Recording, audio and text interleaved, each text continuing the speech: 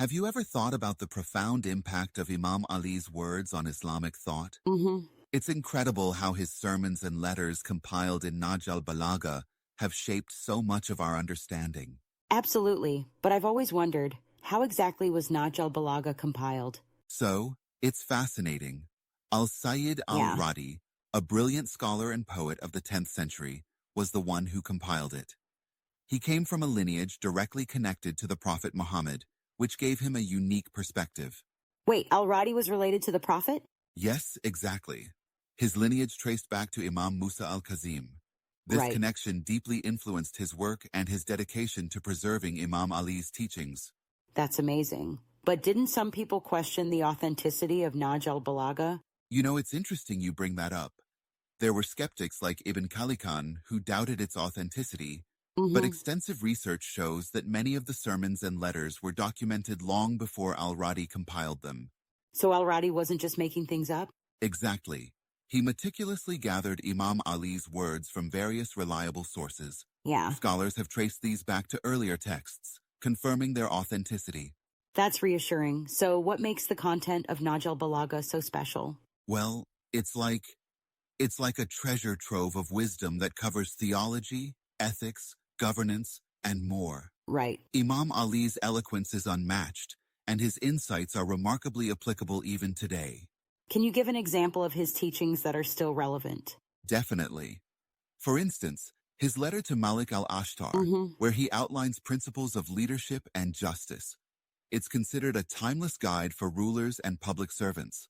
I've heard about that letter. What are some key points from it? He emphasizes fairness, compassion, and the importance of treating all people equally. Yeah, He advises leaders to avoid arrogance and to always be mindful of the welfare of their people. that's powerful advice, but do you think these principles are applied in today's world? Well, unfortunately, not always. But his words serve as a benchmark. Right. They remind us of the ideals we should strive for in governance and personal conduct.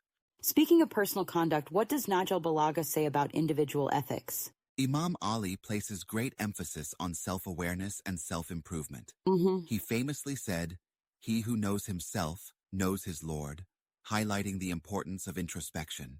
That's deep. It suggests a path to spiritual growth through self-understanding. Exactly.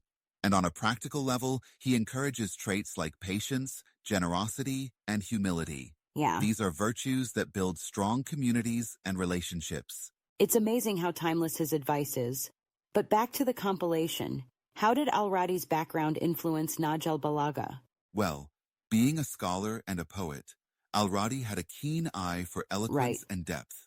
He selected sermons and letters that not only carried profound meanings, but were also masterpieces of linguistic beauty. So his own expertise enhanced the compilation? Precisely.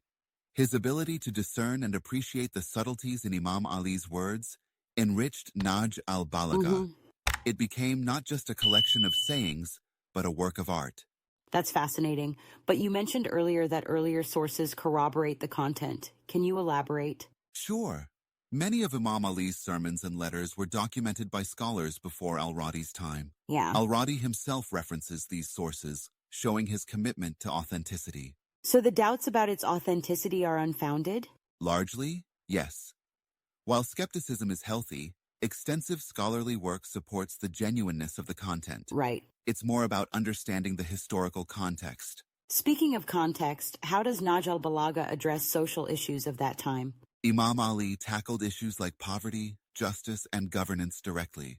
Mm-hmm. His teachings were revolutionary, advocating for the rights of the marginalized in society. It's inspiring how relevant these topics remain. Do you think modern leaders can learn from this? Absolutely. The principles outlined are universal. Yeah. If more leaders embrace these lessons, we'd likely see a more just and compassionate world. I couldn't agree more. But here's a thought. Some might argue that the language is too archaic for today's readers. What do you think?